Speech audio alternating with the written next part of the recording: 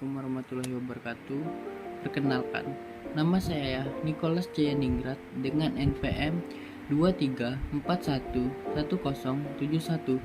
Saya dari kelas manajemen 23D, program studi manajemen Universitas Teknokrat Indonesia. Di sini saya ingin menjelaskan surplus konsumen dan surplus produsen. Sebelum saya mulai, di sini saya ingin memberitahu kalau dalam materi saya akan mencampur antara bahasa Inggris dan bahasa Indonesia. Baiklah, akan saya mulai. Untuk materi pertama yaitu surplus konsumen. Customer surplus in an economic measurement of customer benefit resulting from market competition. A customer surplus happen when the price the customer pay for a product or service is less than the price they're willing to pay. Is a measure of the additional benefit that customer receive because they are paying less for something than what they were willing to pay. Selanjutnya, kita akan masuk ke pemahaman atau memahami surplus konsumen. Surplus konsumen dikembangkan pada tahun 1844 untuk mengukur manfaat sosial dari barang publik seperti jalan raya nasional, kanal, jembatan. Ini telah menjadi alat penting dalam bidang ekonomi kesejahteraan dan perumusan kebijakan perpajakan oleh pemerintah. Surplus konsumen didasarkan pada teori ekonomi utilitas marginal, yaitu kepuasan tambahan yang diperoleh konsumen dari satu unit barang atau jasa tambahan. Kegunaan yang diberikan suatu barang atau jasa bervariasi dari individu ke individu berdasarkan preferensi. Biasanya, semakin banyak suatu barang atau jasa yang dimiliki konsumen, semakin sedikit mereka bersedia mengeluarkan uang untuk membeli lebih banyak barang atau jasa tersebut. Karena berkurangnya utilitas marginal atau manfaat tambahan yang mereka terima, surplus konsumen terjadi ketika konsumen bersedia membayar lebih untuk suatu produk daripada harga pasar saat itu. Next, I will to tell key takeaway 1. A customer surplus happens when the price customer pay for a product or service is less than the price they are willing to pay. And customer surplus is based on the economy theory or marginal utility, which is the additional satisfaction a customer gain for one more unit of a good or service.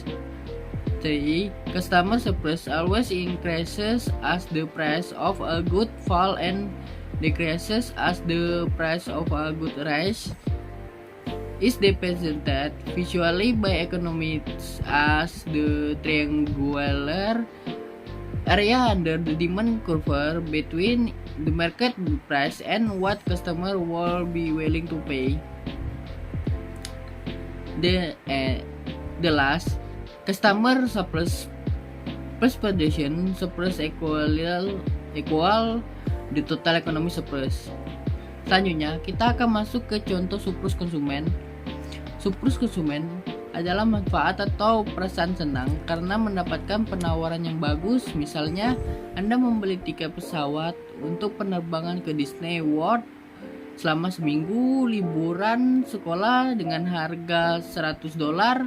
Namun, Anda mengharapkan dan bersedia membayar $300 untuk satu tiket. $200 mewakili surplus konsumen Anda. Namun, dunia usaha tahu bagaimana mengubah surplus konsumen menjadi surplus produsen atau menjadi keuntungan mereka. Dengan contoh kita, katakanlah maskapai penerbangan menyadari kelebihan Anda dan saat kalender semakin dekat dengan minggu liburan sekolah, menaikkan harga tiket menjadi $300 per tiket. Maskapai ini mengetahui akan ada lonjakan permintaan perjalanan ke Disney selama minggu liburan sekolah dan konsumen akan bersedia membayar harga yang lebih tinggi. Jadi, dengan menaikkan harga tiket, maskapai penerbangan mengambil surplus konsumen dan mengubahnya menjadi surplus produsen atau keuntungan tambahan. Ini bisa disimpulkan seperti saat akan terjadi lonjakan pemakaian lonjakan konsumen. Misal seperti kita akan di hari Minggu pergi ke kolam renang, yang dimana pasti hari Minggu adalah hari libur, dimana hampir semua orang akan pergi ke kolam renang untuk mereka liburan. Hal itu akan dimanfaatkan oleh pemilik kolam renang untuk menaikkan harga tiket karena lonjakan konsumen yang akan datang. Selanjutnya, apakah surplus konsumen yang tinggi itu baik? Surplus konsumen yang tinggi berarti harga suatu barang di pasar jauh lebih rendah dibandingkan dengan harga yang bersedia dibayar oleh konsumen. Hal ini seringkali disebabkan oleh tingginya persaingan, kemajuan teknologi, dan efisiensi produsen. Secara umum, semua hal tersebut dinilai baik untuk mendorong pertumbuhan ekonomi dan kesejahteraan. Selanjutnya, note 2, surplus konsumen. Production surplus is the difference between how much a person will be willing to accept for a given quantity of a good versus how much they can recoup by selling the good at the market price. The difference or surplus amount is the benefit the producer receives for selling the good in the market. A production surplus is generated by market price in excess of the lowest price producer will otherwise be willing to accept for the good. This may relate to Walras law. Selanjutnya kita akan masuk ke pemahaman atau memahami surplus production. Surplus production ditunjukkan secara grafis di bawah sebagai area di atas kurva penawaran produsen yang diterima pada titik harga, yaitu P dalam kurung I, membentuk harga segitiga pada grafik pendapatan penjualan produsen dari penjualan QI. Unit barang dinyatakan sebagai luas persegi panjang yang dibentuk oleh sumbu dan garis merah dan sama dengan produk I dikalikan harga setiap unit P in I. Karena kurva penawaran mewakili biaya marginal untuk produksi setiap unit barang, maka biaya total produsen untuk memproduksi dalam unit barang adalah jumlah dari biaya marginal, yaitu unit dari 0 hingga QI, dan mempresentasikan dengan luas segitiga di bawah kurva penawaran 0 sampai QI, mengurangi total biaya produsen, segitiga di bawah kurva penawaran. Dari total pendapatan atau persegi panjang, menunjukkan total manfaat produsen atau surplus produsen sebagai luas segitiga antara P, I, dan kurva penawaran. The next, I will tell about key takeaway. In first, producer surplus is the total amount that a producer benefit from producing and selling a quantity of a good at the market price.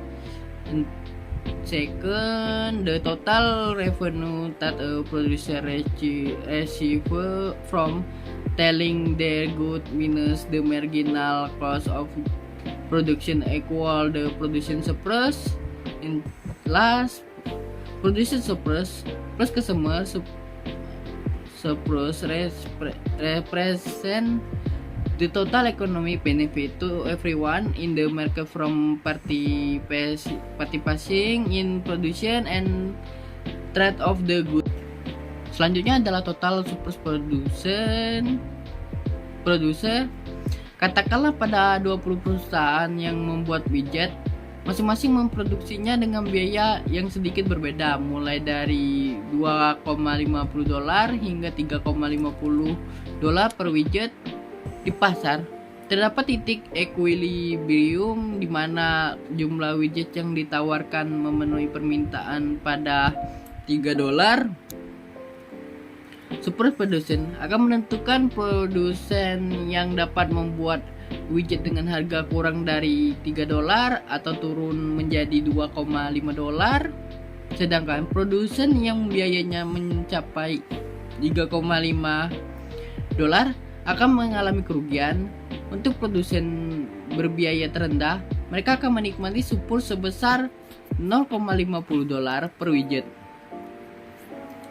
Selanjutnya kita akan melihat bagaimana mengukur surplus produsen. Dengan grafik penawaran dan permintaan yang digunakan oleh para ekonom, surplus produsen akan sama dengan luas segitiga yang terbentuk di atas garis penawaran terhadap harga pasar. Hal ini dapat dihitung sebagai pendapatan total dikurangi biaya produksi marginal. And the last, I will tell about the conclusion. In free market, producer compete with one another to be the low cost producer and grab market share from the other company in their space. The result is more quantity and lower price for consumer, often lower than where they will be willing to pay for it. This difference between the market price as determined by supply and demand and the willingness to pay is the customer surplus. A customer surplus is seen as a benefit to economy. I am Nicholas. I want to say thank you so much for watching me.